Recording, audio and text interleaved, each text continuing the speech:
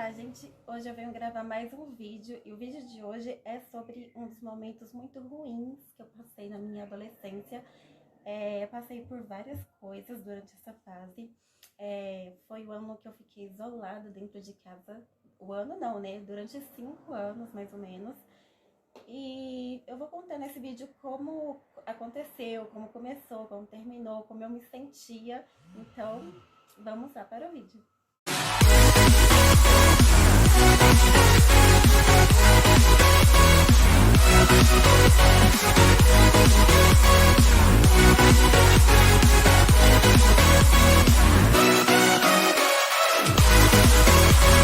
Tudo começou em 2008 para 2009, mais ou menos, por ali. Eu devia ter uns 11 a 12 anos. Se as datas não baterem, é porque eu não sou boa em exatas, então ignorem.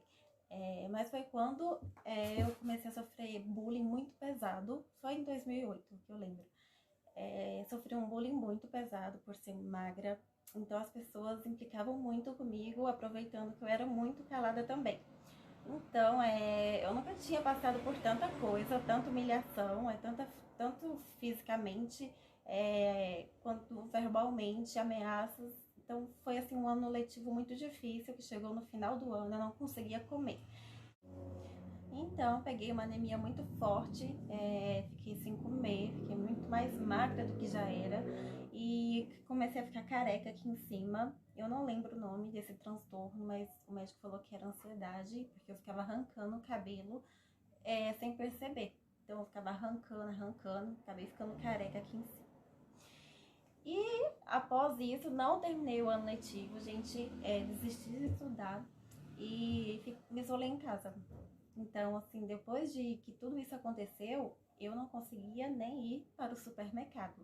Então, assim, eu me tranquei em casa e fiquei ali.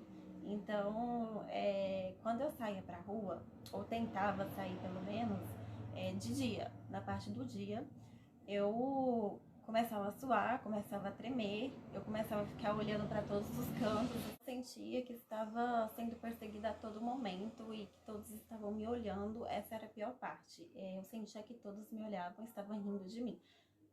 E toda pessoa que eu visse, eu achava que estava rindo de mim na rua, seja onde fosse, né? Porque assim, eu tentava sair, mas se eu saísse eu ia dar crise, então eu nunca conseguia sair sem dar uma crise, nunca consegui durante esses 5 anos. E eu tentava sair de casa, eu já saía correndo para casa novamente e me trancava lá, porque eu não conseguia mesmo. E com o passar do tempo foi só piorando e acabou que quando chegava visitas em casa, parentes mesmo, ou próximos, eu já fechava tudo, eu já me trancava lá e fechava todas as janelas, todas as portas. E isso de fechar janelas e portas continua até hoje. Eu só continuo com elas abertas por causa do meu filho, né?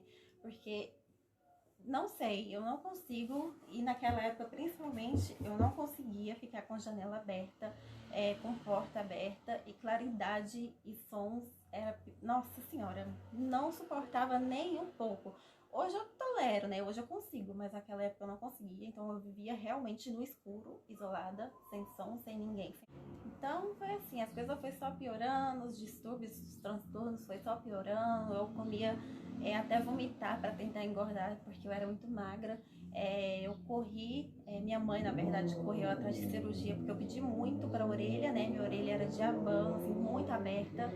Então eu fiz a cirurgia pelo SUS, lá para 2010 mais ou menos. E em casa eu não consegui, porque eu morava com 8 pessoas, não conseguia ficar sem maquiagem e desarrumada nem na minha própria casa. Então eu tinha que ficar arrumada 24 horas por dia, menos na hora de dormir. Até para dormir, gente, às vezes eu dormia de calça jeans, para vocês terem ideia. E isso continua até hoje, né, gente? Minha autoestima é muito baixa devido às várias coisas, né? Porque depois disso também aconteceu muitas coisas ruins. E estou eu aqui com filtro de Instagram, porque eu não consigo me ver sem mais o filtro por causa da minha baixa autoestima. Então, é psicológico, né, gente? aqui, essa parte que eu estou gravando, eu estou sem filtro, então eu não consigo me ver muito tempo assim desse jeito pela câmera mais, porque eu só uso filtro, gente. Olha a diferença. Pra mim, eu tô parecendo uma bruxa. Mas vamos lá, continuando a história, né? Então as coisas foram só piorando durante esse tempo, me cortava bastante, comecei a me cortar, comecei a pensar em suicídio.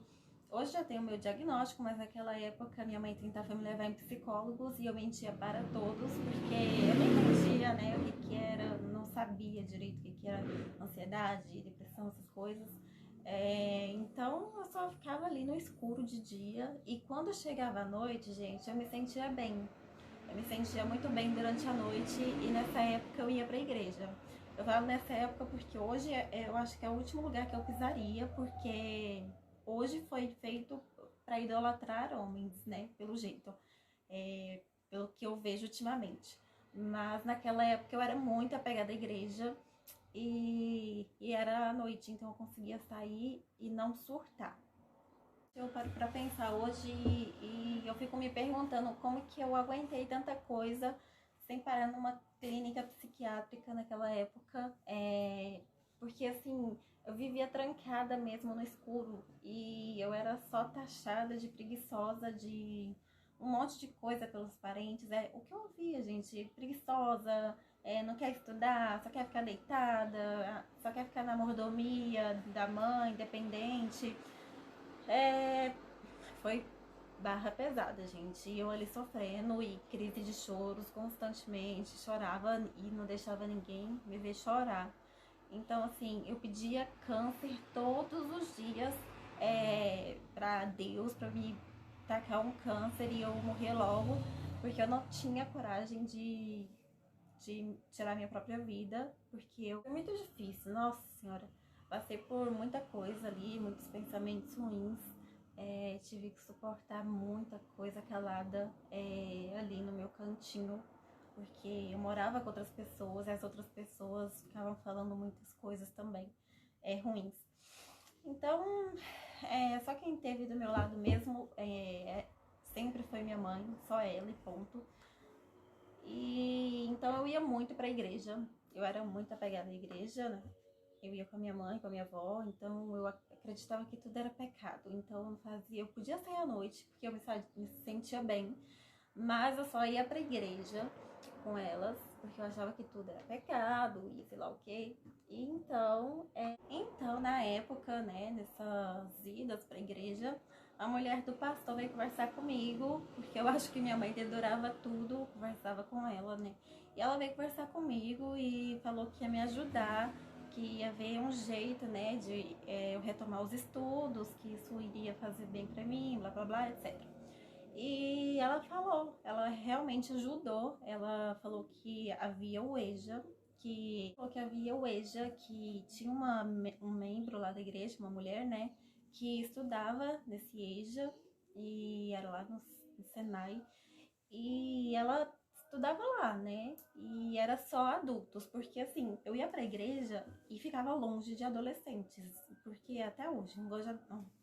Enfim, eu odiava grupo de jovens, não ia de jeito nenhum. Então, onde havia adolescentes, eu já saía correndo, né? Pelos traumas mesmo, eu acho. Que era adolescente, todo adolescente, né? Que eu sofri bullying. E aí eu corria de adolescentes. Então, quando ela me falou que a escola era de noite, que era só adultos, a maioria pelo menos, eu falei, por que não?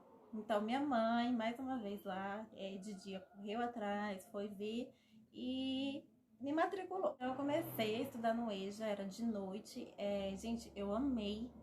Com o tempo, aconteceu de duas mulheres implicarem comigo, mas tirando essas duas mulheres, todos muito gentis. E eu realmente amei.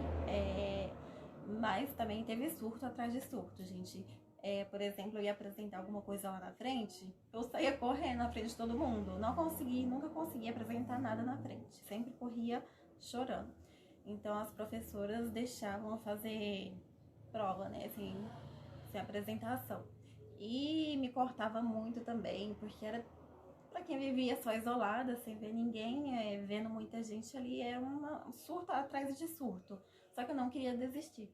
E eu consegui sair dessa através desse EJA, gente. Foi aí que eu conseguia sair mais de casa, ver pessoas, a conhecer. E foi assim que encerrou o meu maior medo de sair de casa, né? Foi enfrentando as pessoas, foi conhecendo.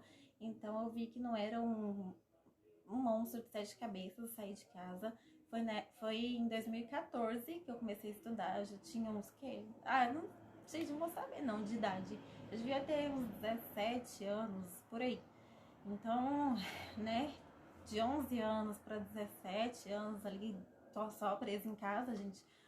E tem muita coisa para contar que eu nem tô lembrando aqui, que complicado, porque gente, eu tô meio dopada, porque eu desisti do tratamento, né? Hoje eu tenho meu diagnóstico para transtorno afetivo bipolar. E eu sempre desisto quando eu estou bem e retomo novamente. E aí hoje eu estou melhor? Não. Então, mas eu consigo sair. Mas 2023 pra mim tá sendo muito difícil sair de casa. Não sei se é porque eu não estava seguindo o tratamento corretamente, né? Mas agora eu tô tomando os remédios e claridade ainda me assusta, pessoas ainda me assustam, sair de casa de dia ainda me assusta. De noite, a única coisa que me assusta é ser assaltada. Tirando isso, tá ótimo. Eu vivia andando por aí. Mas ainda me assusta, gente. E não tem cura, né? Transtorno afetivo bipolar, vou tomar remédio pra vida toda. E vai ter dias que eu não vou conseguir sair de casa, vai ter semanas, meses. E é assim, gente, para quem passa pelo mesmo, para quem está passando, eu aconselho aí devagar, tipo, quer tentar sair de casa, não está dando conta, vai saindo aos poucos no momento em que você se sente segura. Por exemplo, eu comecei a estudar de noite, né? E sempre me senti segura, acolhida durante a noite. Até hoje, a noite me faz bem, por isso que eu prefiro ficar a noite acordada e dormindo de dia. E sempre trabalhei à noite também, porque de dia é como se eu fosse um alvo ali, que alguma coisa quer me acertar. Até hoje, gente, eu sinto isso muito forte. É como se eu fosse um alvo que algo quer acertar. Então, tentam sair aos poucos, no momento que você se sente segura e vai retomando ali aos pouquinhos que você vai conseguir. Então, comente aqui embaixo quem já passou por isso. Quem já sofreu algum transtorno. Não sei se alguém vai ver esse vídeo, se vai ter visualizações, se alguém vai ver até o final, mas se alguém ver e tiver uma história para contar, conte aqui, eu vou querer ler, para saber que eu não estou sozinha nessa, que eu passo por isso sozinha, que eu já passei por muito pior. Hoje eu só estou melhor pelo medicamento. Mas, enfim, gente, curte aí, comenta para dar uma força e beijo. Tchau, tchau.